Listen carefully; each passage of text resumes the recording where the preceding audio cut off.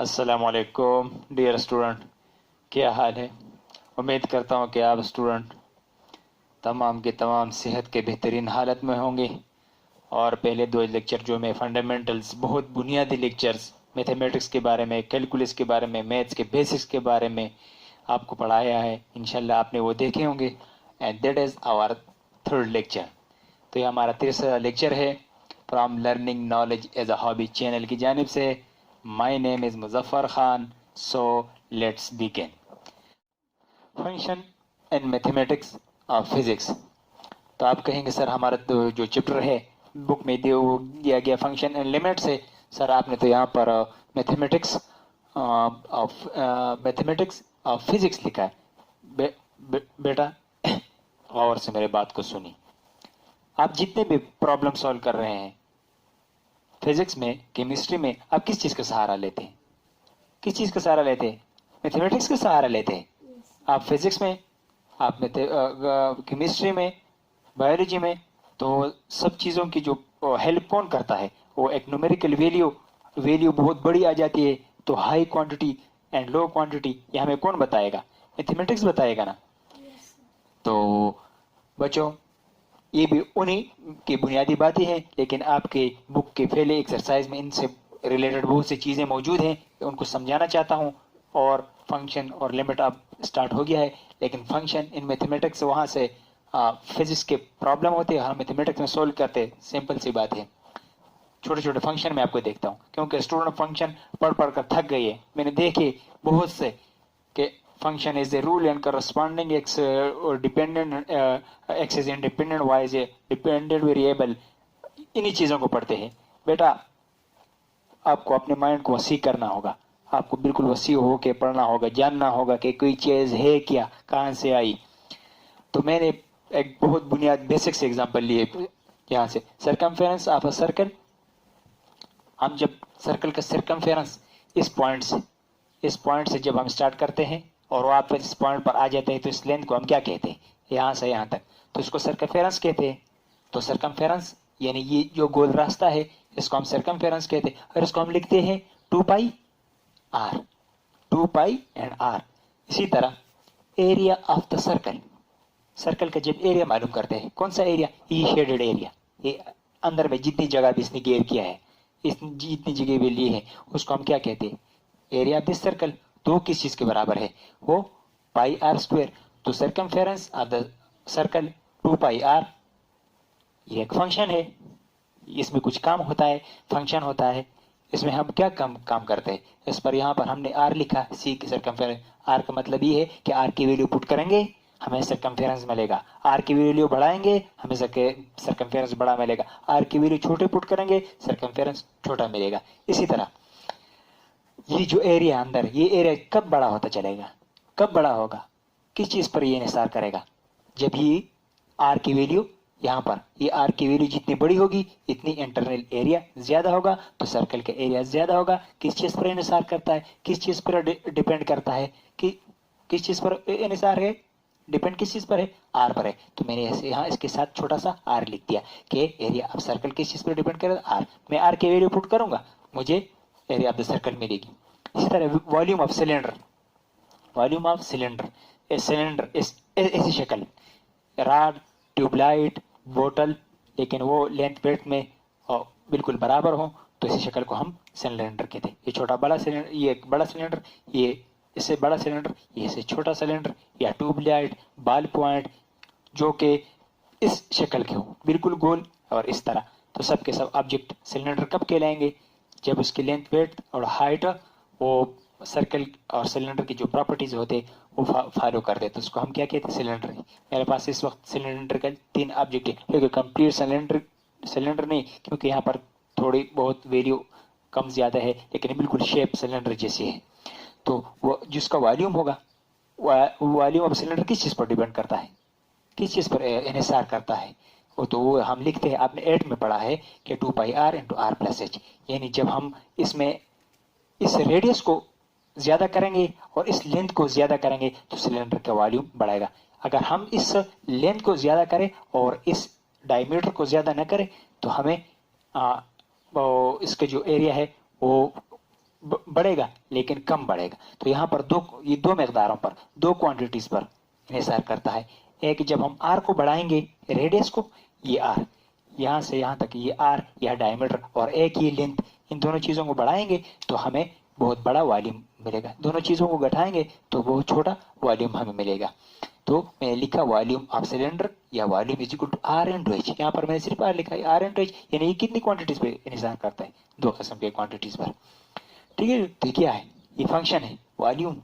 Volume is the function of what, volume किस चीज का फंक्शन है, वॉल्यूम हमारे पास एक फंक्शन है, सरकमफेरेंस हमारे पास एक फंक्शन है, एरिया ऑफ सर्कल हमारे पास एक फंक्शन है। क्यों है, उसमें हम कोई चीज देते हैं, हमें आउटपुट में मिलता है। एरिया ऑफ रेक्टेंगल, एक रेक्टेंगल की विड्थ हमने ले ली एक्स और हाइट ले ली वाई एक्स, दो लेंथ है, दोनों लेंथ को मल्टीप्लाई कीजिए, आपको एक क्वांटिटी मिलेगी। लेकिन कौन सी दो क्वांटिटी पे निसार करते हैं, एक हमने एक्स दी, एक वाई, या एक ए बी, ए दूसरी बी, एक सी एक डी, जो भी वैल्यू आप ले लें। लेकिन ये एरिया फंक्शन है, किस चीज का फंक्शन है, ये फंक्शन है length multiply by width.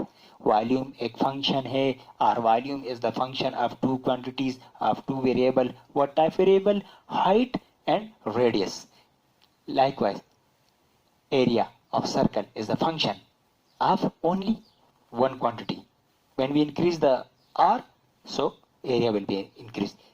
Like इसी तरह circumference of circle, circumference बढ़ेगा कब, जब ये कौन सी चीज बढ़ेगी, r बढ़ेगा। तो this circumference is function of r, area is a function of r, volume is a function r and h, area of rectangle is a function x and y, this is two length, volume of sphere, sphere किस तरह object, football को लीजिए, football ये जब internal इसके जब centre में आप कोई पॉइंट नोट कर दे तो ये 3 डायमेंशन है, यानी इसके तीन 3 डायमेंशन में स्पेस में, एक्स में भी है, वाई में भी है और जी एक्सेस में भी है।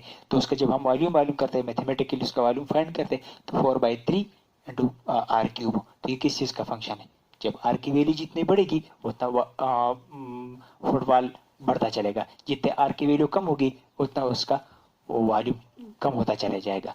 तो ये किस चीज का फंक्शन है, volume is the function of what, r, volume is function, area is function, volume of cylinder is function, circumference is function, these are things as what, function, simply।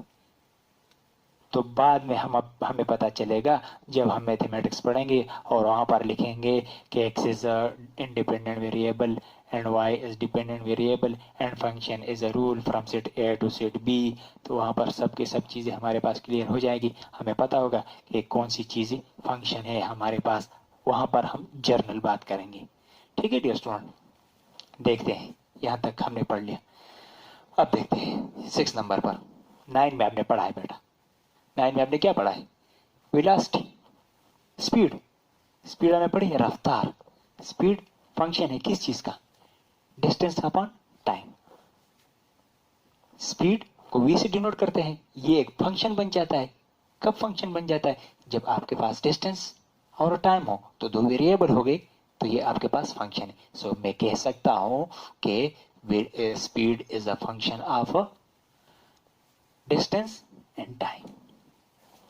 इसी तरह एक्सेलरेशन आपने पढ़ा, एक्सेलरेशन, एक्सेलरेशन किस तरह होता है, इंशाल्लाह हम फिजिक्स में पढ़ेंगे, फिजिक्स का कोर्स में इंशाल्लाह मैं पढ़ाऊँ। एक्सेलरेशन, ये ऑब्जेक्ट इस तरह जा रहा है, आहिस्ता आहिस्ता आहिस्ता आहिस्ता इनकी मोशन इंक्रीज होती है, तो इसे हम एक्सेलरेशन कहते हैं। एक्सेलरेशन कहते हैं चेंज इन वेलोसिटी, कि वेलोसिटी में चेंज हो रहा है, velocity from time to time change हो रहा है, तो हम इसे एक्सेलरेशन कहते हैं। ये एक फंक्शन है, क्या है, ये एक फंक्शन हो रहा है यहाँ पर, तो हम इस फंक्शन को क्या नाम दिया, acceleration. Acceleration is the function of what, change in velocity divide by change in time.